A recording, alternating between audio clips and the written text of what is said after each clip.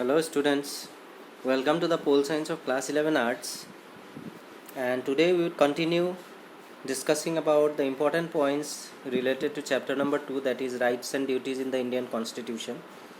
In the last class we discussed up to point number 7, which was the Indian Constitution contains directive principles of state policy also to establish a welfare state along with the fundamental rights.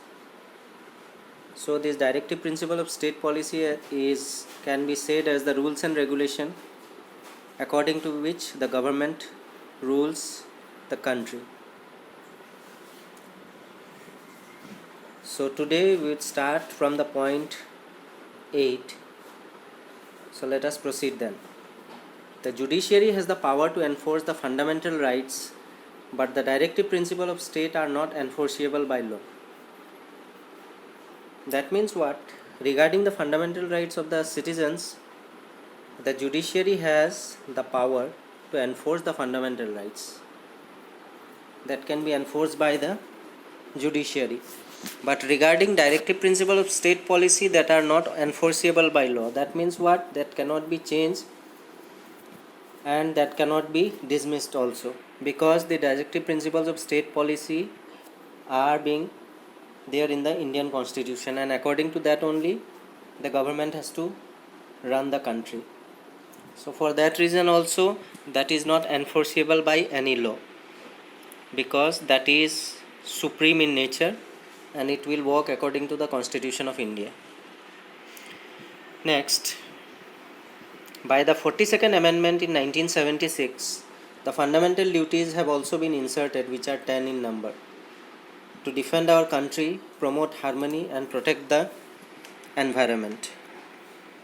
And regarding the 42nd Amendment Act of 1976, we have already discussed about the fundamental duties. So according to that 42nd Amendment of 1976, the fundamental duties have also been inserted. By this point we can tell that before 1976 there was only fundamental rights be given to us.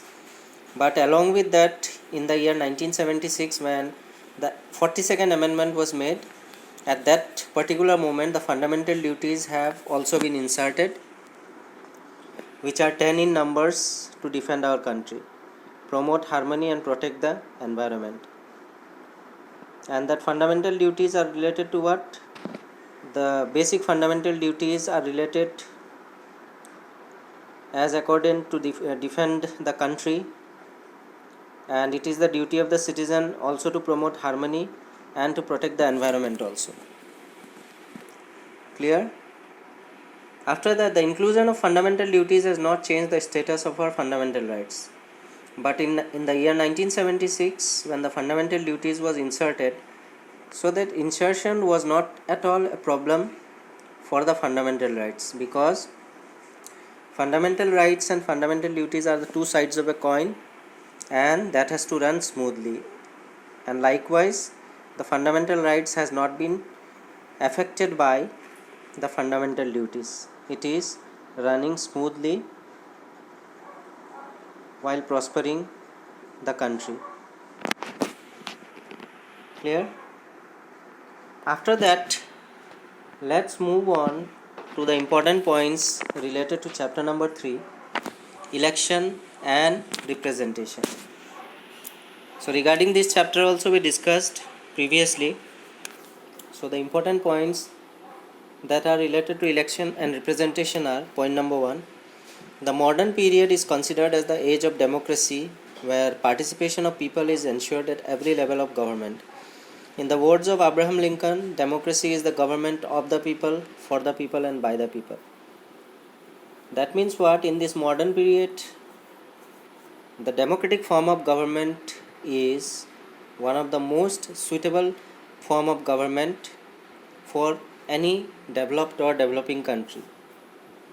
And according to the American President Abraham Lincoln, he also rightly said that democracy is the government of the people, for the people and by the people.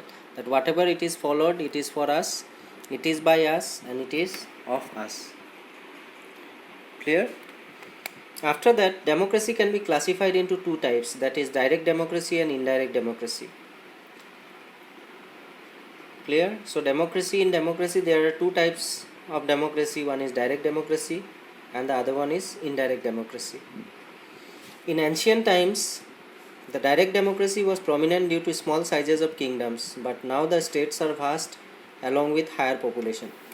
So talking about direct democracy, in earlier times, in ancient times, this direct democracy was very popular because of the fact that at that time the size of the state or the size of the place or the kingdom were very small, and direct democracy was easily been implemented, and there was no problem at all while implementing the direct democracy.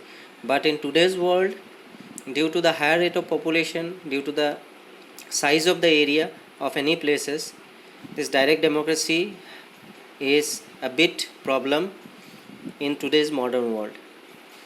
In an indirect democracy, the people do not participate directly, but they participate indirectly through their elected representatives who act in accordance with the wishes of the people. Now talking about indirect election, direct elections mean we directly participate, and indirect means we will not participate directly, but our representative, our chosen representative will participate. They will cast their vote, the elected representative will cast their vote in lieu of our place. So that is indirect elections, and they will carry forward the wishes of all the people who have chosen him or her as their representative. Now talking about next point, Indian electoral system experiences some unique features such as universal adult franchise, joint electorate, combination of direct and indirect elections, secret ballot system, election petition, etc. So while talking about the Indian electoral system or the Indian system of election, there are 5 unique features related to Indian system of election or Indian electoral system. Number 1 is universal adult franchise, that means right to vote. Joint electorate is also there. Then combination of direct and indirect elections, that means in the Lok Sabha, whoever the party wins and secure majority, they are being chosen to the Lok Sabha, and that is known as the people's vote. That means people participate choosing the representative directly. That is known as the direct elections, and all these representatives are sent to Lok Sabha, that means House of the People. And talking about indirect elections, all the representatives that we have chosen will indirectly vote in lieu of our place, and they will choose the member who will be sent to Rajya Sabha, the upper house. Clear? So regarding Indian electoral system, number 1 feature is universal adult franchise, number 2 is joint electorate, number 3 is combination of both direct and indirect elections are held, and secret ballot system are there. The secret ballot system can be mentioned here as the ballot system in which we cast our vote, and that is kept secret until the counting starts. Whenever the elections is held, we will cast our vote, and finally after a few days, when the voting or the counting will start, then only that ballot system will be counted, and based on the result of that only any of the participant out of the total number of participants that have participated, any one will be counted or declared as winner. So till that time, that ballot system will remain secret. Clear? And the 5th unique feature is election petition. Suppose regarding the expenses and regarding the rules and regulations regarding the campaigning, the election commission sets certain restrictions, rules and regulations for the candidate who are fighting elections. So based on that, if any candidate violates that norms which are being set by the Election Commission of India, at that moment that petition can be filed.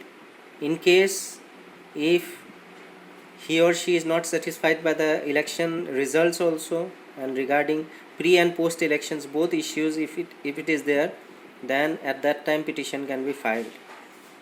So these are some of the unique features. Like these are 5 in number. Number 1 is universal adult franchise, then joint electoral system, then combination of direct and indirect elections, secret ballot system, and election petition is there. So with this I will wind up today's topic related to the discussions of important points based on election and representation. In the next class we will start from point number 6. Thank you.